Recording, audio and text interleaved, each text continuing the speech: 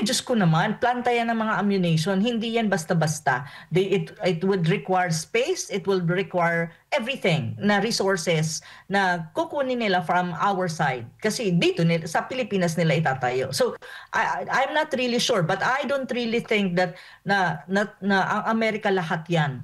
Under Trump, I don't think so. I really don't think so. So, baka naman lugi pa tayo dyan.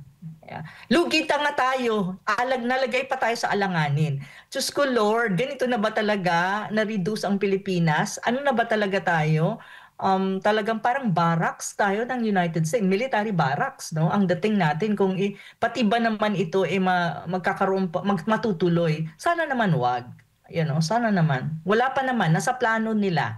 Pero alam kong plano na to matagal ko nabasa ko na ito last year pa ata about this May nabasa akong report on this. Pero hindi ko alam, akala ko wala na, hindi na natuloy. Pero ito pala yun pala, may feasibility study pala at parang as far as Gibo is concerned is okay siya, open siya. Pero wala pa namang pronouncement ata si BBM on this We'll see.